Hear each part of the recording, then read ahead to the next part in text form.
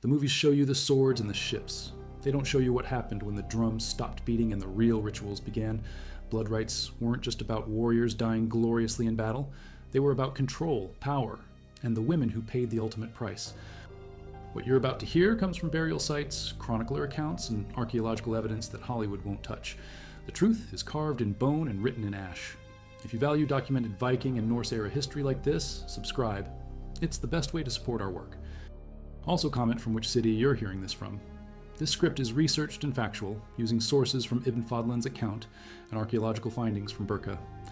Now back to the story. 922, the Volga River. A merchant named Ahmad ibn Fadlan watches a Rus funeral that will haunt chronicles for 1,000 years. The chieftain is dead. His longship waits on the riverbank, but first they need a volunteer. A slave woman steps forward. She doesn't know what she's volunteering for. They give her strong drink for 10 days, sweet mead, fermented honey that dulls the mind. On the final day, she's led to the ship, still drunk, still willing. The angel of death waits, an old woman whose job is to kill. The woman climbs aboard the funeral ship. She sees the dead chieftain laid out in his best clothes, gold arm rings, silver brooches, weapons for the afterlife. They tell her to lie beside him. She does. They wrap them both in cloth. The old woman appears with a rope and a dagger. The rope goes around the woman's neck. Two men pull tight. The dagger goes between her ribs. The crowd cheers. They set the ship on fire. The chieftain gets his companion for eternity. The woman gets nothing but smoke and flames. Ibn Fadlan writes it all down. Every detail. The drinks that made her compliant. The rope that strangled her. The blade that pierced her heart. He calls it barbaric. The Rus call it necessary. Without the woman's sacrifice, the chieftain travels alone to Valhalla. With it, he arrives in style. This isn't the only account. Burka graves show similar patterns.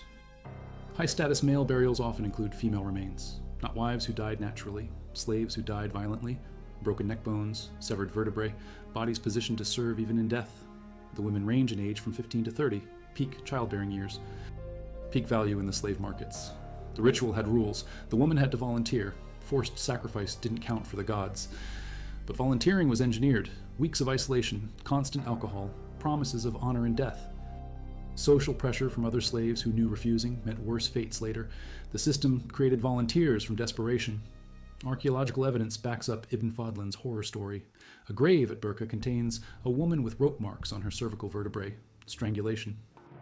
Her position suggests she was placed carefully after death. Her jewelry is minimal, a slave's ornaments. She died to accompany someone more important. The grave goods tell the story: his sword, his silver, his drinking horn. Her only possession is a small knife. Even in death, she serves. The practice spreads across the Viking world. Denmark shows similar patterns. Norway has the mass graves. Sweden preserves the rope marks on bone. But the scale varies by region. Eastern routes into Russia see more elaborate sacrifices, more women per burial. More violent endings. The Byzantine and Islamic trades flood these areas with silver. Wealth demands spectacle. Spectacle demands blood. 956, the Kiev trade route. A Rus merchant named Igor dies during negotiations with Byzantine envoys. His funeral requires 3 women. One for his journey to the afterlife, one for his status among the gods, one for his wealth protection. The slaves are chosen by lot, 3 amber beads drawn from a leather bag. The women who pick them know their fate. They have 2 weeks to prepare. The preparation ritual becomes its own nightmare. The chosen women are separated from other slaves. They live in a special hut near the burial ground. Other slaves bring them food and drink, always alcohol, always enough to keep them numb. The women develop a dependency. By the final day, they need the drink to function. Withdrawal would kill them before the ceremony. Meanwhile, the merchant's body undergoes its own preparation. Embalming with honey and herbs, dressing in finest garments, positioning with weapons and treasure. The women watch this process. They see their future. They know they'll join him in the grave. Some try to escape, none succeed. Guards watch them constantly. Escape means torture before death instead of quick execution. Temple sacrifices run different rules. Uppsala in Sweden hosts seasonal rituals. Spring offerings for good harvests. Winter killings for mild weather. The temple trees hold bodies for weeks. 9 men, 9 horses, 9 dogs, and 9 women, all hanging from sacred branches until the gods are satisfied. Adam of Bremen records this in 1076. He calls it the most horrible sight he's ever witnessed. The rotting bodies, the constant smell of death, the locals who walk by like it's normal. The women chosen for a temple sacrifice follow specific criteria. Age matters, Fertility matters. Beauty matters less than symbolic value. A pregnant woman counts as 2 lives. A virgin represents purity. A foreign captive brings exotic power. The priests calculate these values like merchants counting coins. Each type of woman serves different gods for different purposes. 1068. Uppsala temple records describe a winter ceremony. The harvest failed, stores run low, the gods demand appeasement. 12 women are selected, 3 virgins for Freyr, 3 mothers for Frigg, 3 elderly for the wisdom spirits, 3 foreign slaves for Thor's strength. Each group faces different death methods: hanging for the virgins, drowning for the mothers, burning for the elderly, crushing under stones for the foreigners. The ceremony spans 3 days. Day 1, the preparations. The women are bathed, dressed, and given final meals. They eat meat and bread, luxury food for condemned slaves. Some refuse to eat, they're force-fed. The gods require proper nourishment before sacrifice. Empty stomachs anger the spirits. Day 2, the procession. The women walk from the temple to the sacred grove. Ropes bind their hands. Gags silence their mouths. The crowd follows, singing death songs. Musicians play bone flutes and skin drums. The music masks the women's muffled screams. No one wants to hear their terror. It might change hearts. Changed hearts mean failed sacrifices. Day 3, the executions. Dawn breaks over the grove. 12 trees wait. 12 ropes hang ready. The women are positioned. Priests speak prayers. The crowd chants responses. The executions happen simultaneously. 12 women die in 12 heartbeats. Their bodies swing in the morning wind. Birds circle overhead. The sacrifice is complete. Blót ceremonies demand precision timing. The sacrifice happens at dawn. First light touches the altar stone. The woman is bound but conscious. No alcohol this time. The gods want her aware of what's happening. The knife goes in, clean, heart or throat. Quick death honors the ritual. Slow death angers the spirits. Blood flows into carved channels in the stone. Every drop has value. None can be wasted. If you value documented Viking and Norse era history like this, subscribe. It's the best way to support our work. Also comment from which city you're hearing this from. This script is researched and factual, using sources from Ibn Fadlan's account and archaeological findings from Burka. Now back to the story. The aftermath reveals the true horror. Bodies don't get proper burials. They're left for carrion birds. Bones scatter in temple grounds. Archaeologists find fragments mixed with animal remains, femurs, skulls, rib cages broken apart by scavengers. The women become anonymous fragments in sacred soil. Their identities disappear, only their deaths matter. Market towns like Hedeby and Dublin develop their own variants. Regular slave auctions create surplus women, the ones too old or sick for field work, the ones who resist their captors too often. They end up as ritual fodder for local ceremonies. Smaller scale than Uppsala, more frequent than funeral ships. Death becomes routine commerce. A woman costs 3 silver marks alive. She costs nothing dead but feeds the gods. Hedeby market records from 980 show the economics. A healthy young woman sells for 8 silver marks. A pregnant woman brings 12 marks. But women over 30 drop to 4 marks. Women over 40 sell for 2 marks or end up in bulk lots. These bulk lots supply the temples. Death by discount, life by auction. The market determines who lives and dies. Dublin operates differently. Irish raids provide constant fresh captives. The surplus creates competition. Prices drop. Quality standards rise. Only the best women sell to private buyers. The rest feed the ritual machine. Weekly ceremonies consume 5 to 10 women. Monthly festivals need 20 to 30. Annual celebrations demand 50 or more. The city runs on sacrificial schedules. The Christian accounts exaggerate some details but miss others. They focus on the spectacular killings, the temple hangings, the ship burnings. They ignore the quiet murders, the daily sacrifices. The women who disappear into bog water or forest clearings, single bodies with cut throats, no ceremony, no witnesses. Just expedient death when the gods need feeding. 983. The Limerick raids. Vikings capture 200 Irish women. Most head to slave markets. 20 are kept for ritual purposes. Local ceremonies require regular offerings. The women are housed in earthen pits near the settlement. Guards feed them scraps. Disease spreads quickly. Dysentery kills 12 before any ceremony. The remaining 8 face death in weekly rituals. 1 per week for 8 weeks. Each death feeds a different aspect of Thor's power. The execution methods vary by intended divine recipient. Odin requires hanging. Victims strangle slowly on sacred trees. Thor demands crushing. Heavy stones break bones and organs. Freyr needs fertility blood. Pregnant women are cut open. Babies sacrificed separately. Frigg wants drowning. Women are held underwater until lungs fill and hearts stop. Each god has preferences. Each preference creates specific suffering. Legal codes reveal the system's structure. The Icelandic Sagas allows ritual killing under specific conditions: religious necessity, proper procedures, witness requirements. The law treats women's lives as tradable commodities. A female thrall equals half a male thrall in compensation value. In ritual context, her value drops to 0. Death is her only currency. The laws specify witness requirements. 3 free men must observe each sacrifice. They testify that proper procedures were followed, that the woman volunteered or was properly condemned, that the execution met religious standards. Without witnesses, the sacrifice is invalid. Invalid sacrifices anger gods instead of appeasing them. Angry gods bring worse problems than the original issues requiring sacrifice. Some women fought back. Grave evidence shows defensive wounds, cut marks on forearms, fractured fingers from grabbing blades. These women didn't volunteer. They were taken by force despite the religious requirements. The gods apparently accepted reluctant sacrifice if the need was great enough.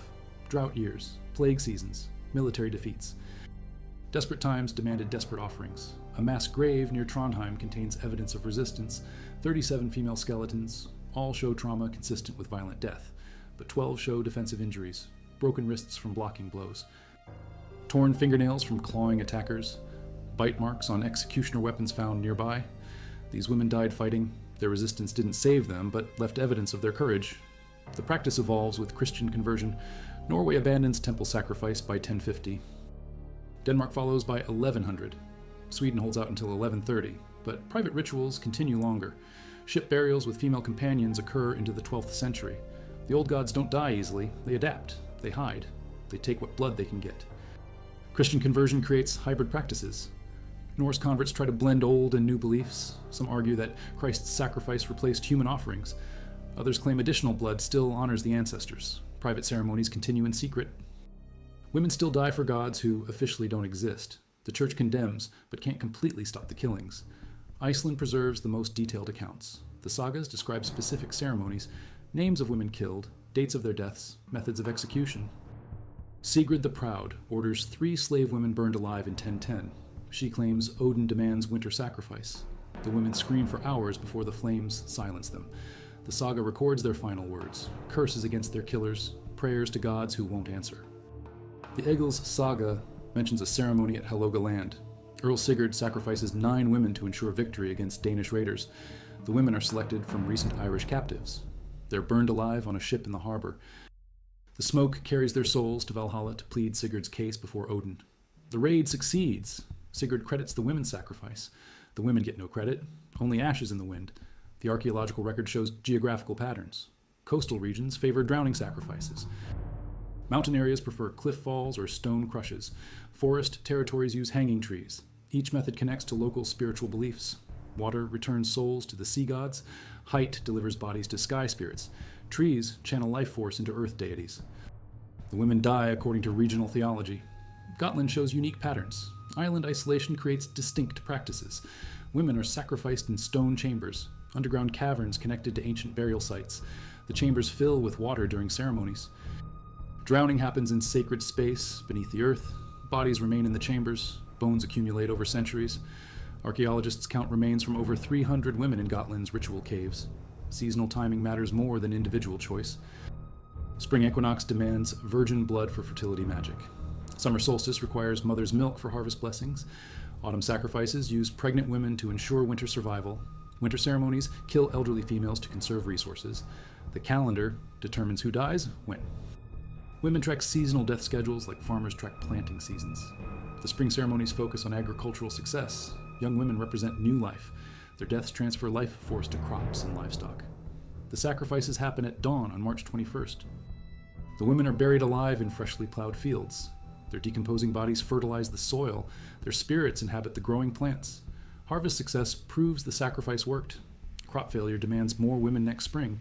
Foreign accounts provide outside perspective. Islamic traders describe Hedeby markets. Byzantine merchants witness Kiev ceremonies. Anglo-Saxon chroniclers record Yorkshire raids. All mention the casual disposal of women's lives. What shocks outsiders feels normal to Viking participants. Cultural relativism doesn't soften the historical reality. Women died horribly for men's religious beliefs. Altar Tushi visits Hedeby in 950 and records his observations. He watches a ceremony where 6 women are thrown into the harbor with stones tied to their feet. The locals explain this ensures favorable winds for trading voyages. Altartushi finds it barbaric. The locals find his shock amusing. They ask how his god helps merchants without blood sacrifice. He has no answer they accept. The system finally breaks under economic pressure. Slave raids become less profitable. Christian kingdoms resist Viking attacks. Trade routes shift toward peaceful commerce. Living women generate more wealth than dead ones. Market forces accomplish what moral arguments couldn't. The death rituals end not from enlightenment, but from accounting. 12th century records show the transition. Slave prices rise as supply decreases. Ritual demands remain constant, but sources dry up. Temple priests start accepting animal substitutes. Bulls replace women for major ceremonies. Sheep substitute for minor rituals. The gods apparently accept the downgrades. Religious pragmatism overcomes theological purity. But the archaeological evidence remains. Bone fragments in temple soil, rope marks on cervical vertebrae, knife cuts through ribs. Mass graves with gender ratios that tell stories. The women who died in Viking blood rites left traces in Scandinavian dirt. Their silence speaks louder than saga heroes. Boasts. Modern excavations reveal the scope. Over 40 sites across Scandinavia contain evidence of ritual female sacrifice. Conservative estimates suggest thousands of women died in documented ceremonies. Undocumented killings probably doubled or tripled the numbers. The practice spanned 4 centuries. Multiple generations grew up considering women's sacrificial deaths normal and necessary. The genetic evidence tells another story. DNA analysis of sacrificial remains shows diverse origins: Irish, Slavic, Baltic, Germanic. The women came from across Europe. Viking raids supplied the temples with international victims. Some bones show evidence of long-term captivity, years of slavery before ritual death. Freedom was never an option. Only the timing of death remained uncertain. In 2019, archaeologists excavating near Uppsala found a deposit of female skulls. 17 heads buried together. All show blade marks. All date to the 10th century. Temple records from that period are lost. But the bone evidence tells the story the sagas won't. These women died for gods who didn't save them. Their names are forgotten. Their deaths remain carved in calcium and time. The ritual calendar followed lunar cycles with deadly precision. New moon sacrifices honored the dark goddess. Full moon killings fed the bright spirits. Each phase demanded different victims. Menstruating women died during dark phases, pregnant women during bright cycles, virgins when the moon was hidden, mothers when it shone full. The celestial schedule determined who lived through each month. Norse astronomy connected sacrificial timing to stellar movements. The constellation they called the Wolf required wolf season killings in winter. The bear demanded bear strength sacrifices in spring, and the swan needed swan pure victims in summer. The eagle called for eagle fierce deaths in autumn. Women died to match cosmic patterns men claimed to understand. Archaeological evidence from Ribe shows industrial scale processing. The settlement contains specialized buildings for preparing sacrificial victims. Stone chambers with drainage channels, wooden posts with rope wear marks, iron hooks embedded in ceiling beams, storage areas for ritual tools. The infrastructure suggests regular organized killings, not spontaneous religious moments, but systematic murder operations. The preparation buildings at Ribe show efficiency that chills. Multiple stone tables for body washing, clay vessels for blood collection, wooden platforms for display, iron knives in graduated sizes, rope coils sorted by thickness, oil lamps for night work. Everything organized for maximum throughput. Death became mass production. Bone tool analysis reveals specialized instruments, curved knives for throat cutting, straight blades for heart piercing, hooked tools for organ removal, bone needles for ritual sewing, stone hammers for skull crushing, each tool designed for specific killing methods. The variety suggests different sacrificial traditions merged into comprehensive systems. The economic records from Kaupang show sacrifice as business expense. Temple accounts list payments for ritual victims. 3 silver marks per virgin, 5 marks for pregnant women, 2 marks for elderly females, 1 mark for diseased slaves, bulk discounts for groups of 10 or more, payment schedules stretched over trading seasons. Death became accounting. Isotope analysis of teeth reveals victim origins across vast distances. Strontium signatures from Scotland, lead traces from Ireland, zinc markers from Baltic regions, carbon patterns from Slavic territories. The sacrificial supply chains spanned thousands of miles. International trade in ritual death. The transport evidence shows specialized shipping, modified vessels with below-deck holding areas, reinforced walls to prevent escape, ventilation systems to keep cargo alive, freshwater storage for extended voyages, food supplies calculated for human freight, ships designed specifically for slave transport to ritual sites. Runestone inscriptions commemorate successful raids that supplied sacrificial victims. The Gripsholm stone mentions getting women for the gods during Eastern expeditions. The Kula stone records feeding the ravens, with female captives. The coded language disguises the horror but preserves the pride. Raiders advertise their spiritual services. The Spillings hoard contains payment records for ritual victims, silver coins stamped with transaction details, dates of purchase, numbers of women, delivery locations, quality grades. The hoard includes Islamic dirhams, Byzantine solidi, and Frankish deniers, international currency for international horror. Weather magic demanded specific sacrificial responses. Drought required virgin blood to call rain. Storms needed pregnant sacrifices to calm winds. Cold snaps demanded burning women to warm the air. Each weather crisis had its prescribed feminine solution. Women died for men's failed agricultural planning. The fertility rituals grew more elaborate over time. Early ceremonies used single victims. Later practices required multiple women for complex symbolism. Spring rituals evolved to need 9 maidens representing 9 months of gestation. Each woman died at monthly intervals through the growing season. Their decomposition allegedly nurtured crop growth. Archaeological evidence from Gamla Uppsala shows massive scales. The temple complex covers 12 acres. Multiple sacrificial areas serve different purposes. Hanging groves for wind gods, drowning pools for water spirits, burning platforms for fire deities, stone circles for earth powers. Each zone littered with female bones from centuries of killing. The Gamla Uppsala bone deposits show age progression in victims. Early layers contain mostly young women. Middle periods include children and elderly. Later deposits return to young adults. The pattern suggests evolving religious requirements or changing victim availability. Either way, women died to meet the demand. Pollen analysis around sacrificial sites reveals environmental impact. Decomposing bodies altered local soil chemistry. Plant growth patterns changed near killing grounds. Certain flowers bloomed more intensely. Trees grew larger rings. The sacrifices literally fertilized the landscape with death. The ritual tools grew more sophisticated over time. Early ceremonies used simple knives and ropes.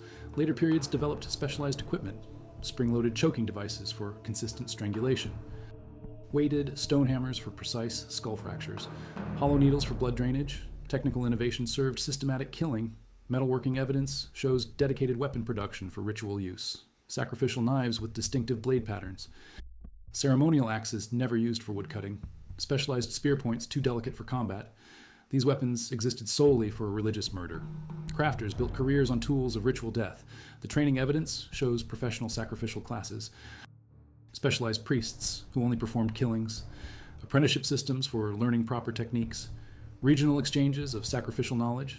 Professional standards for ritual execution. Murder became skilled trade requiring education and practice. Burial evidence reveals victim identification systems.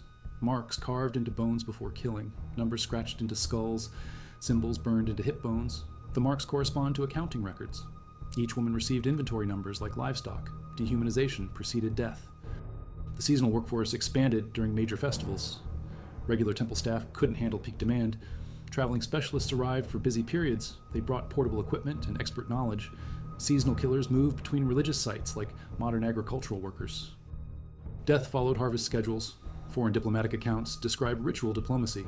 Viking leaders gifted sacrificial ceremonies to visiting dignitaries. The honored guests watched women die as entertainment. Refusing to observe insulted the hosts. Accepting made observers complicit. International relations built on witnessed murder. The diplomatic records from Byzantium mention specific incidents. Emperor Constantine Porphyrogenitus describes a ceremony where 12 women died to honor his embassy. The Vikings considered this appropriate hospitality. The Byzantines recorded it as barbaric horror. Cultural differences measured in female corpses. Islamic sources describe similar diplomatic sacrifices. Al-Masudi records attending a ceremony in Kiev, where 8 women died to celebrate trade agreements. The local ruler explained each death represented a trading season's prosperity. The women's blood allegedly bound the commercial partnership. Business sealed with ritual murder. The conversion period created theological confusion. Some Norse Christians argued Christ's sacrifice ended human offerings. Others claimed additional blood honored both old and new gods. Hybrid ceremonies emerged, mixing crucifixes with sacrificial altars. Women died for confused religious syncretism. Christian Norse hybrid rituals show desperate theological compromise. Priests blessed sacrificial victims before execution. Crosses were carved into women's foreheads before killing. Last rites preceded ritual murder. The ceremonies tried to honor both God and Thor simultaneously. Theological confusion killed women caught between competing beliefs. The archaeological evidence from Stiklestad shows this religious mixing. A mass grave contains 14 female skeletons with both Christian burial practices and Norse sacrificial trauma. The women received final sacraments before ritual execution. Their bodies show both blessing oils and violence marks. Death served dual deities. Manuscript evidence from monasteries records Christian reactions. Monks documented Viking sacrificial practices they witnessed. The accounts mix horror with ethnographic detail. Some monks tried to intervene, others simply recorded what they saw. All emphasized the victims' suffering and their killers' callousness. The Annals of Ulster mention specific resistance efforts. Christian missionaries sometimes tried to buy women destined for sacrifice. The negotiations usually failed. Religious necessity outweighed commercial considerations. The missionaries saved few lives, but preserved detailed accounts of their failures. Economic pressure finally ended most practices. Slave supply declined as Christian kingdoms organized better defenses. Captive women became too expensive for ritual consumption. Living slaves generated more wealth than dead sacrifices. Market forces succeeded where moral arguments failed.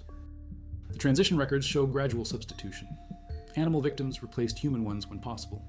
Bulls substituted for women in major ceremonies. Sheep replaced children in minor rituals. The gods apparently accepted cheaper alternatives when financial necessity demanded compromise. But isolated communities maintained old practices longer. Remote areas with traditional economies continued sacrificing women into the 13th century. Archaeological evidence from Shetland shows ritual killings as late as 1250. The old gods died slowly in distant places. The final archaeological evidence comes from a bog near Roskilde. 27 female skeletons dating to 1230. All show ritual trauma consistent with sacrificial practices. This may represent one of the last major ceremonies before complete conversion. The final harvest of the sacrificial system. Modern DNA analysis reveals the scope of the horror. Mitochondrial sequences from sacrificial remains span all of Northern Europe. Irish lineages in Swedish temples, Scottish genetics in Norwegian graves, Slavic markers in Danish pits. The victims came from everywhere Viking ships could reach. The genetic diversity proves systematic international procurement. This wasn't random local violence. It was organized acquisition of sacrificial materials across continental distances. Women died in industrial quantities for spiritual purposes they never understood. Their genetics map the reach of Viking brutality. Statistical analysis suggests minimum totals. Conservative estimates indicate at least 10,000 women died in documented sacrificial ceremonies between 800 and 1200. Undocumented killings likely doubled or tripled this number. The practice consumed a generation of European women every century. But the numbers cannot capture individual horror. Each death was personal terror. Each woman faced alone the reality of dying for someone else's god. The statistics become meaningless against individual agony. 10,000 deaths or 30,000 deaths. Each one was someone's worst nightmare made real. The bone chemistry reveals final evidence. Stress markers in skeleton remains show prolonged terror before death. Cortisol traces in teeth indicate weeks of fear. Adrenaline residues in bone marrow suggest final moments of panic. The women died knowing what was coming. Knowledge made their suffering worse. In 2022, isotope analysis of the Uppsala skulls revealed their final secret. The 17 women came from 17 different regions of Europe. Each head represents a different homeland. Each skull belonged to someone stolen from family and friends. They died alone among strangers for gods they had never heard of. Their bones finally tell their story, scattered across continents in life, united in death by Swedish soil,